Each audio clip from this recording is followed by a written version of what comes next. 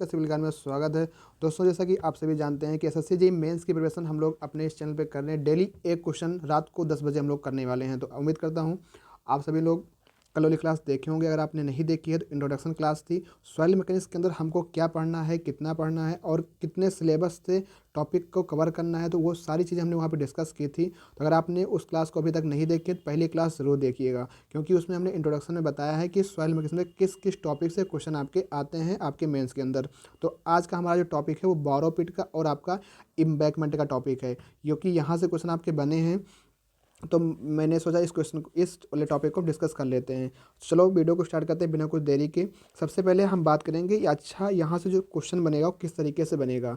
देखो यहाँ पे क्या है कि आपको एक बोरोपिट है, तो आपका जो भैया बोरोपिट होता है और एक आपका जो है एम्बैंकमेंट होता है। सपोज आपने ये आप इस तरह समझिए कि मान लीजिए आपको जो है कहीं पे सॉइल का जो है पटाव करना है, सॉइल को आपको भरना है। तो मान लो आपने यहाँ पे क्या किया, इस वाले ग्राउंड से लेकर के अपने इस वाले से यहाँ से आपने क्या, यहाँ से सॉइल को खुदाई की इस वाले बोरोपिट से, और ले जा कर के यहाँ कहीं पे जो है अपना एक एम्बैंकमेंट आपने यहाँ पे जो है बना दिया। तो आपने जो यहाँ पे एम्बैंकमेंट बनाया, तो अब आपके क्वेश्चन यहाँ से किस तरीके से पूछ सकता है। क्वेश्चन आपसे जो ये पूछेगा वो इस तरीके से पूछ सकता है कि मान लीजिए यहाँ जो आपका बोरोपिट है उसका वॉल्यूम ऑफ बोरो दिया होगा, मतलब कि जो आपकी सॉइल होगी उस टोटल यहाँ आपने जो सॉइल खोदी, यहाँ से खोद करके सॉइल ले कर के आपने एम्बैंकमेंट पे ला करके उसको कॉम्पैक्ट कर दिया। तो आपको यहाँ का वॉल्यूम ऑफ बोरो दे रखा होगा, यहाँ का गामा बल्क दे रखा होगा, और यहाँ का आपको जो है वाटर कंटेंट की मात्रा आपको दे रखी होगी। फिर आपको जो है जब आप एम्बैंकमेंट में आओगे तो यहाँ कॉम्पैक्ट करोगे तो हो सकता है यहाँ गामा डी दिया हो, फिर यहाँ कितने वाटर कंटेंट पे आपने कॉम्पैक्ट किया उसका वैल्यू दे रखा हो। फिर यहाँ से पूछ लेगा कि वॉल्यूम ऑफ एम्बैंकमेंट क्या होगा। तो एक क्वेश्चन तो आपका ये बन जाएगा कि या तो आपका वॉल्यूम ऑफ एम्बैंकमेंट दिया होगा तो पूछ लेगा वॉल्यूम ऑफ बारो कितना है, या पूछ लेगा कि आपने यहाँ एम्बैंकमेंट में या तो पूछ लेगा कि वॉल्यूम ऑफ बारो कितना है, या तो पूछ लेगा वॉल्यूम ऑफ एम्बैंकमेंट कितना है। तो पहला क्वेश्चन तो जो बनेगा वॉल्यूम ऑफ एम्बैंकमेंट पूछ लेगा कि टोटल कितनी सॉइल आपकी लग रही है इसके फिल करने में, या फिल का मान दे रखा होगा आपसे पूछ लेगा कि आपको कितना बारो में कितनी और कितना आपने लेकर आए उसको पूछ लेगा। फिर दूसरा यहाँ से जो आपका पूछेगा, दूसरा जो है आपका पूछेगा कि आपने टोटल अमाउंट ऑफ वाटर कितना ऐड किया। मतलब अमाउंट ऑफ वाटर मतलब क्या हो गया कि आपने जैसे ही यहाँ पे आपकी जो सॉइल है यहाँ पे आपने सॉइल को खोदा और खोद करके ला करके एम्बैंकमेंट में यहाँ पे उसका पटाव किया, तो यहाँ पे कुछ वाटर कंटेंट होगा और उसका यहाँ पे आप जब लेकर आएंगे तो उसका वाटर कंटेंट कुछ कन्वर्ट हो जाएगा। तो कन्वर्ट होने के बाद कितना आपने ऐड किया पानी को, तो इस तरीके से कुछ अमाउंट ऑफ वाटर करके पूछ लेगा। तो अब इसके पीछे कंसेप्ट क्या लगता है, तो आपने देखा कि क्वेश्चन जो आपका फ्रेम होगा वो आपका या तो पूछेगा एम्बैंकमेंट का पूछ लेगा या तो फिर बोरोपिट का पूछ लेगा, तो या तो इन्हीं में से क्वेश्चन आपका पूछेगा। तो अब यहाँ पे जो कॉन्सेप्ट इसके पीछे लगेगा वो कॉन्सेप्ट क्या है उसके बारे में हम लोग यहाँ पे चर्चा करेंगे कि इस क्वेश्चन के पीछे कंसेप्ट क्या होता है। तो कॉन्सेप्ट भैया ध्यान रखना कि इस वाले क्वेश्चन में जो कॉन्सेप्ट आपका लगेगा वो कॉन्सेप्ट ये लगेगा कि चाहे आपका यहाँ पे जो बोरोपिट हो, चाहे आपका जो है आपका एम्बैंकमेंट हो, ठीक है, चाहे आपका जो आपका ये बारो हो बोरोपिट हो या फिर आपका जो है या एम्बैंकमेंट हो, इन दोनों चीज़ों में एक चीज़ ध्यान रखना, कभी भी वेट ऑफ सॉलिड कन्वर्ट नहीं होगा। मतलब वेट ऑफ सॉलिड कभी भी चेंज नहीं होगा। जो वेट ऑफ सॉलिड मतलब क्या हो गया कि जो सॉइल का वेट होगा, वेट ऑफ सॉलिड होगा, वो कभी चेंज नहीं होगा। मतलब अगर बोरोपिट में जो उसका वेट ऑफ सॉलिड रहेगा वही आपका एम्बैंकमेंट में भी आपका वेट ऑफ सॉलिड रहेगा। और दूसरी बात रखना कि वॉल्यूम ऑफ सॉलिड, एक आपको क्या है वॉल्यूम ऑफ सॉलिड कांस्टेंट रखना है, एक आपका वेट ऑफ सॉलिड। बस यही दोनों से आपका क्वेश्चन बन जाएगा, आपको ज़्यादा सोचना नहीं पड़ेगा। बस ये दो चीज़ रखना कि वेट ऑफ सॉलिड आपका और वॉल्यूम ऑफ सॉलिड आपका जो है कांस्टेंट रहेगा। अच्छा, थोड़ा इसका डेरिवेशन कर लेते हैं कैसे ये होता है। ठीक है, यहाँ देखिएगा, ये आपका अगर हम मानते हैं कि पहले हम ये मानते हैं कि जो आपका मान लेते हैं कि वॉल्यूम ऑफ जो आपका सॉलिड है, वॉल्यूम ऑफ सॉलिड है आपका ये क्या है कांस्टेंट है। तो हम जानते हैं कि जो ई आपका होता है वाइड रेशियो आपका क्या होता है, ये आपका होता है वॉल्यूम ऑफ वाइड प्लस के वॉल्यूम ऑफ सॉलिड होता है। अगर हम दोनों तरफ प्लस वन यहाँ पे ऐड कर दें, प्लस वन आपका ऐड कर दें, तो यहाँ पे जो आपका होता है कुछ इस तरीके से यहाँ पे निकल के आता है कि 1 + के ई प्लस का वॉल्यूम ऑफ वाइड प्लस का volume of solid divide by का वॉल्यूम ऑफ सॉलिड। तो वॉल्यूम ऑफ वाइड और वॉल्यूम ऑफ सॉलिड को हम लोग कह सकते हैं टोटल वॉल्यूम, डिवाइड बाई का वॉल्यूम ऑफ सॉलिड। यहाँ आप क्या हो जाएगा आपका 1 प्लस के ई।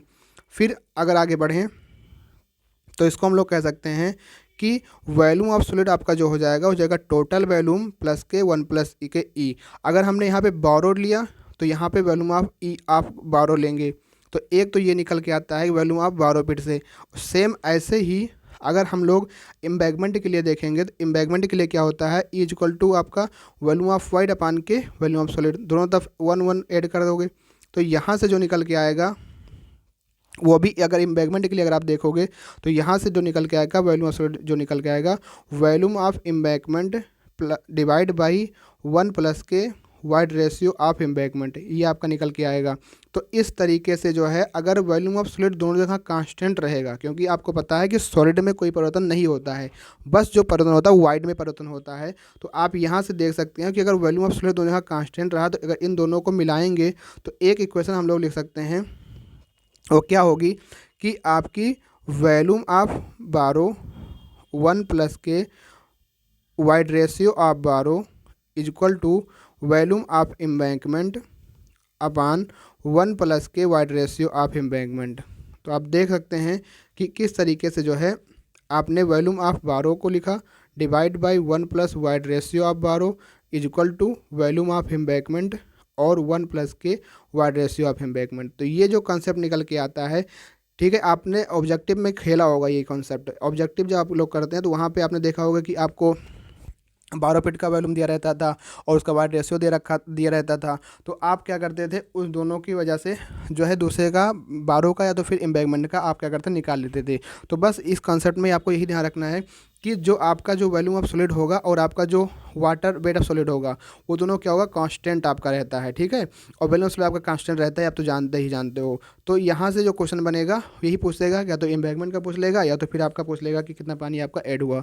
तो मैंने एक क्वेश्चन आज यहाँ पे उठाया है, वो क्वेश्चन आपका जो है ESC, हाँ ESC 1995 में आया था क्वेश्चन, ये मतलब प्रीवियस का क्वेश्चन है। तो ये क्वेश्चन हमने यहाँ से जो लिया है, इस क्वेश्चन में जो है आपको पूछा गया है, क्वेश्चन को पढ़ लेते हैं। ये क्वेश्चन हमारे कम्युनिटी पे 2-3 घंटा पहले अपडेट हो जाता है। अगर आप चैनल पे नए हैं तो चैनल को सब्सक्राइब करके कम्युनिटी पे जा करके आप क्वेश्चन देख सकते हो। बाकी वहाँ पे आपको एक जो है लिंक दी गई होगी व्हाट्सअप की, आप व्हाट्सअप ग्रुप में लिंक करने के बाद आप हमारे चैनल पे जुड़ सकते हो। क्योंकि व्हाट्सएप ग्रुप में आप जुड़ जाओगे ना तो आपको ये क्वेश्चन पहले मिल जाएगा, आप क्वेश्चन को देख पाओगे, एक बार पढ़ लोगे, फिर आप क्लास में जब फर्दर प्रोसीड करोगे तो आपको समझ में आने लगेगा। तो यहाँ पे जो क्वेश्चन आपका है वो ये है कि soil is to be excavated from a borrow pit which has density of 1.75 gram per cc and water content of 12%। मतलब ये बोरोपिट के बारे में आपको जो सूचना दे रखी है वो दे रखा है कि जो आपका जो बोरोपिट आपका है उस बोरोपिट का जो सबसे पहले दे रखा है, यहाँ पे देखो डेंसिटी दे रखा है ना, तो गामा बल ही मानना पड़ेगा। गामा बल कितना रखा है 1.75 ग्राम पर cc, ये किसका दे रखा है आपको, बोरोपिट का दे रखा है। और इसका वाटर कंटेंट कितना दे रखा है आपको, दे रखा है 12% दे रखा है। फिर दे रखा है कि specific gravity of soil particle, specific gravity कितना रखा है आपकी 2.7 दे रखा है किसके, बोरोपिट का। फिर कहा है कि सॉइल को compacted so that water content 18% and dry density is 1.65 gram per cc for 1000 metre cube of soil in the field. फिर एस्टिमेट करना है quantity of soil to be excavated from the pit और amount of water to be added, और इतना चीज़ निकालना है। तो समझ लीजिए ये जो जानकारी दी थी ये किसको लेकर दी गई थी, ये आपको दी गई थी बोरोपिट के बारे में, कि बोरोपिट के बारे में इतना चीज़ दे रखा था। फिर आपको यहाँ ये भी ध्यान रखना है कि जो ये आपको एम्बैगमेंट के बारे में जानकारी दी है कि जो आपका एम्बैगमेंट होगा उस एम्बैगमेंट की जो आपको जानकारी दे रखी है वो क्या दे रखी है भैया, वो दे रखी है कि आपकी गामा डी की वैल्यू कितनी दे रखी है 1.65 ग्राम पर cc। मतलब जब आप उस सॉइल को लेकर आए यहाँ पे आपने एम्बैगमेंट में लेकर आए तो उसका गामा डी कितना हो गया 1.65 ग्राम पर cc, और वाटर कंटेंट बढ़ के कितना हो गया आपका 18% हो गया, ठीक है। और क्वेश्चन आपका यही पूछा होगा, और उसका जो वॉल्यूम आप होगा, वॉल्यूम ऑफ एम्बैगमेंट मतलब जो टोटल वॉल्यूम ऑफ सॉइल का होगा एम्बैगमेंट में वो कितना है 1000 मीटर क्यूब है, ठीक है, 1000 मीटर क्यूब है।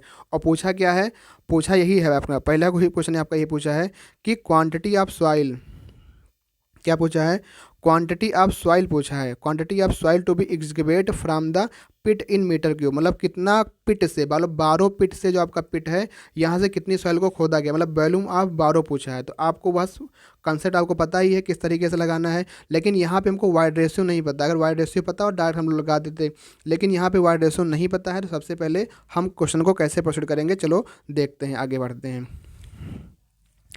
आगे बढ़ते हैं और प्रोसीड करते हैं किस तरीके से हमको क्वेश्चन को करना है। तो सारी जानकारी को हम लोग यहाँ पे क्या करते हैं, नोट कर लेते हैं और उसके बाद क्वेश्चन को फर्दर हम प्रोसीड करते हैं। एक तरफ लिखते हैं 12 पिट वाला, ठीक है, यहाँ पे लिखते हैं आपका 12 पिट का,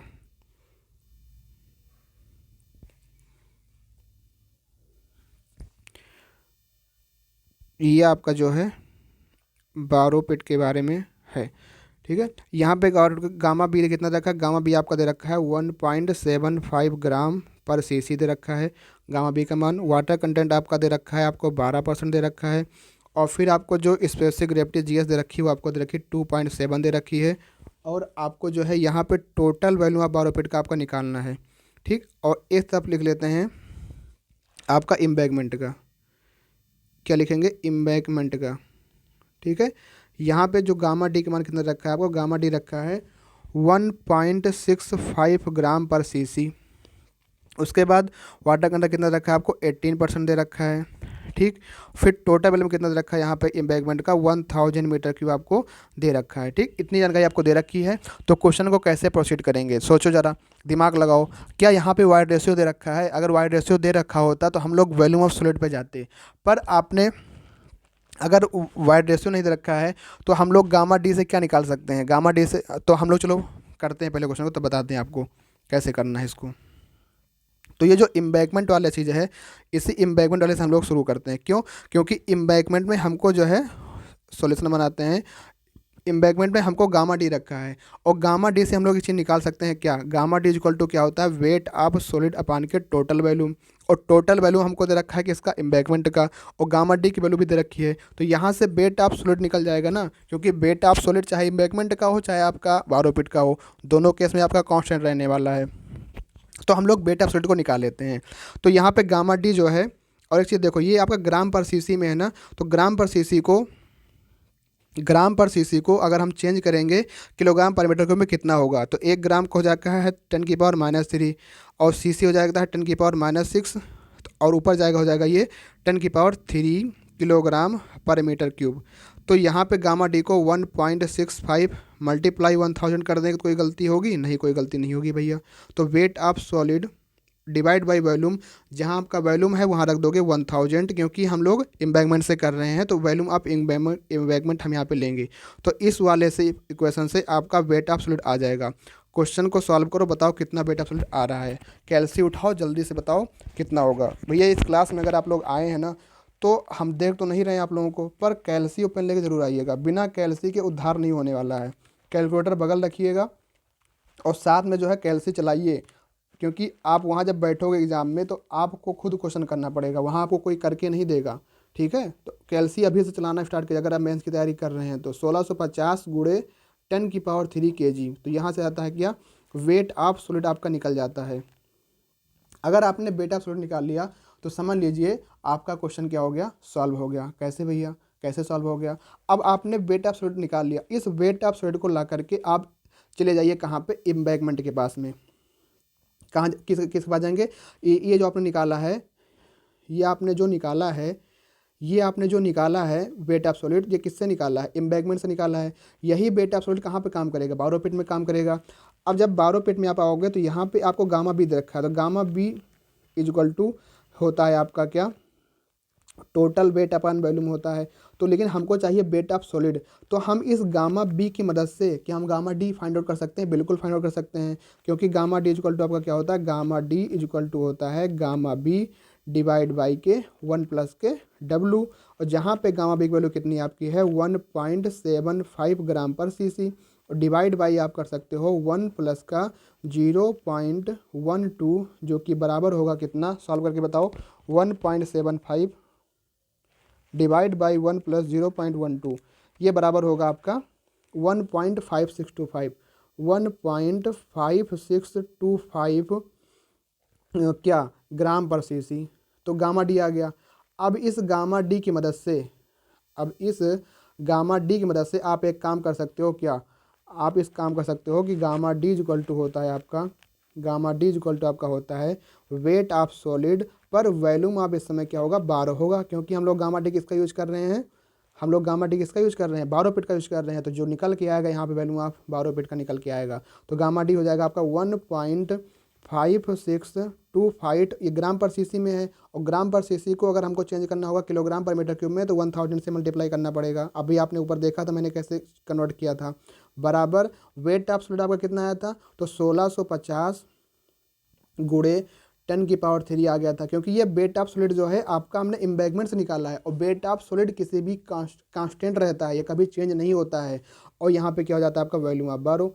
अब कैल्सी में रखो, जल्दी से बता दो कि वॉल्यूम ऑफ बारोपिट कितना आ रहा है, जल्दी से कैल्सी में रख के नहीं बता दो। तो क्या करोगे, वॉल्यूम ऑफ बारोपिट बताओ, तो भैया रखो कैल्सी में, तो हो जाएगा ये 1650 मल्टीप्लीकेशन में 10⁻³ डिवाइड में जाएगा इधर से भाग होगा 1.562 इंटू 1000, तो कितना आ जाएगा 1056, कितना आ जाएगा भैया 1056 मीटर क्यूब आ जाएगा। तो ये आ जाएगा वॉल्यूम ऑफ बारोपिट आ जाएगा। तो आप देख सकते हो कि हमारा जो क्वेश्चन यही पहला क्वेश्चन था कि quantity of soil to be excavate from the pit, मतलब कितनी सॉइल को आपने यहाँ से एक्सकेवेट किया, मतलब जो आपका ये बारोपिट है, मतलब जो आपका बारोपिट था उस बारोपिट से आपने कितना एक्सकेवेट किया ये आपको बताना था। ये आपका जो बारोपिट है, ठीक है, ये आपका जो बारोपिट है, इस बारोपिट से आपने कितने सॉइल को एक्सकेवेट किया ये आपको बताना था, कि आपने देखो निकाल लिया। यहाँ पे सबसे पहले क्या तरीका था, क्योंकि हमको एम्बैकमेंट का पता था, तो गामा डी की मदद से हमने यहाँ से बेट ऑफ सॉलिड निकाल लिया। तरीका क्या है कि बेट ऑफ सॉलिड हमने कन्वर्ट कर लिया, ठीक है, निकाल लिया। इस बेट ऑफ सॉलिड का यूज़ करके हम चले गए कहाँ पे, अपने बारोपिट के पास में। बारोपिट के पास जब आए तो यहाँ पे गामा भी पता था लेकिन गामा डी नहीं पता था, लेकिन गामा बी की मदद से हमने गामा डी निकाल लिया यहाँ भी। तो यहाँ पे क्या आ गया आपका weight of solid upon volume of बारो आ गया। तो यहाँ पे हमने जो है वेट ऑफ सॉलिड को रख करके और गामा डी का मान रख करके यहाँ से वॉल्यूम ऑफ बारो निकाल लिया। तो आप देख सकते हो कि बारोपिट का वॉल्यूम ज़्यादा आ रहा है और एम्बैगमेंट का कम आ रहा है, क्योंकि एम्बैगमेंट में क्या होता है, यहाँ पे जब सॉइल आती है तो आपकी उसकी कॉम्पैक्शन होता है और वाटर कंटेंट उसको मिला करके उसमें जो है पानी ऐड करके यहाँ पे 1 मिनट आपको उसका जो है वो किया जाता है। तो आप देख सकते हो कि किस तरीके से हमने यहाँ पे कैलकुलेट किया। और भी इसमें कुछ पूछा गया है, चलो देखते हैं इसमें और क्या पूछा गया है। क्वेश्चन को आपको ऐसे ही करना है, ठीक है, दोनों चीज़ों को। ठीक, आगे बढ़ते हैं। तो ये हमारा जो पहला क्वेश्चन था, क्या पूछा था, ये पूछा था क्वांटिटी ऑफ वाटर, नहीं ये क्वेश्चन ये पूछा था क्वांटिटी ऑफ सॉइल। तो इसको लिख सकते हैं कि क्वांटिटी ऑफ सॉइल इन बारोपिट। तो ये कितनी थी आपकी, वो निकल के आ गई। ठीक है, अगला क्वेश्चन की तरफ बढ़ते हैं। अगला क्वेश्चन इसी में पूछा है कि amount of water to be added, ये कैसे निकलेगा, पहले लिखते हैं। निकालना क्या है हमको,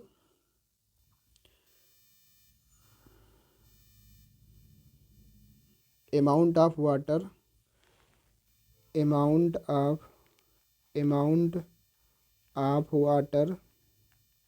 टू बी एडेड, कितना पानी ऐड किया गया। तो अब बताओ, जब ये आपका बारोपिट में था तो यहाँ पे वाटर कंटेंट कितना दे रखा था आपका 12% दे रखा था, लेकिन जब यहाँ पे किस में आ गया, एम्बैकमेंट में सॉइल आपकी आ गई तो इसका वाटर कंटेंट कितना हो गया, 18% हो गया। तो आप बताओ कितना पानी इसमें ऐड हुआ, 6% तो पानी ऐड हुआ। पानी जो आपका ऐड हुआ, जो ऐड आपका हुआ ऐड परसेंटेज में आपका देखा जाए तो 6% पानी आपका ऐड हुआ। तो आपको पता है कि जो आपको वाटर कंटेंट होता है वो क्या होता है, weight of water divide by के वेट ऑफ सॉलिड होता है। अगर हम वाटर कंटेंट की जगह क्या रख दें, 6% रख दें, और वेट ऑफ वाटर की जगह पे निकल जाएगा यहाँ से। वेट ऑफ सॉलिड की जगह हमको पता है कि वेट ऑफ सॉलिड आपका कितना था, वो आपका था 1650 मल्टीप्लीकेशन में 10⁻³ था। तो यहाँ पे वेट ऑफ वाटर इक्वल हो जाएगा 0.06 मल्टीप्लीकेशन में 1650 गुणे 10⁻³। तो कर सकते हैं गुणा करके 0.06 इंटू 1650 इंटू 10⁻³। तो ये कितना हो जाएगा आपका, ये आपका हो जाएगा 99 मल्टीप्लीकेशन में 10⁻³ kg। ठीक है, तो इस तरीके से जो है आपका ये निकल जाएगा कितना वेट ऑफ वाटर ऐड किया गया, क्योंकि हमने ऐड निकाल लिया ना, क्योंकि 12% यहाँ था 18% यहाँ हो गया, तो 6% का तो डिफरेंस आया, 6% तो ऐड हुआ पानी। वही पानी हमको यहाँ पे निकालना था कि जो आपको जो है 12 फीट से एम्बैंकमेंट जाने में कितना पानी आपको ऐड करना पड़ा, तो वही आपका निकालना पड़ा 99 इंटू 10⁻³ kg। तो ये भी क्वेश्चन हो गया। और कुछ इसमें पूछा है भैया, 15 नंबर का क्वेश्चन था, पूछा तो इसमें बहुत कुछ है। क्या क्या पूछा है और पूछा इसमें कि also determine the void ratio and the soil of the soil in बारो पिट एंड फिल। अब आपको वाइड रेशियो भी निकाल के देना है, किसका किसका, बारो पिट का भी और आपको जो है आपको जो है फिल का भी। कैसे निकालोगे वो भी देख लेते हो, वो भी देख लेते हैं।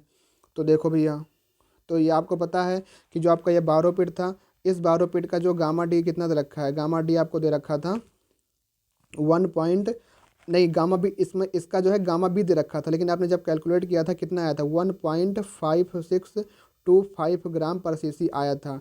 और इसकी जो स्पेसिफिक ग्रेविटी आप सॉल्व दे रखा है 2.7 दे रखा था। अब निकाल लो, क्योंकि गामा डी इक्वल टू क्या होता है, G into S omega W divide by 1 के वाइड रेशियो। गामा डी की जगह पे आप क्या रखोगे 1.5625 रखोगे, बराबर जी एस यहाँ पे 2.7 रखोगे। और यहाँ देखो गामा डब्ल्यू की वैल्यू क्या रखोगे, गामा डब्ल्यू की वैल्यू तो आपकी होती है 9.81 किलो न्यूटन पर मीटर क्यूब, ये भी होती है। पर जहाँ पे ग्राम पर सीसी की बात आ जाए वहाँ पे 1.0 ग्राम पर सीसी भी होती है। तो यहाँ रखोगे 1.0 और यहाँ रखोगे 1 + ई।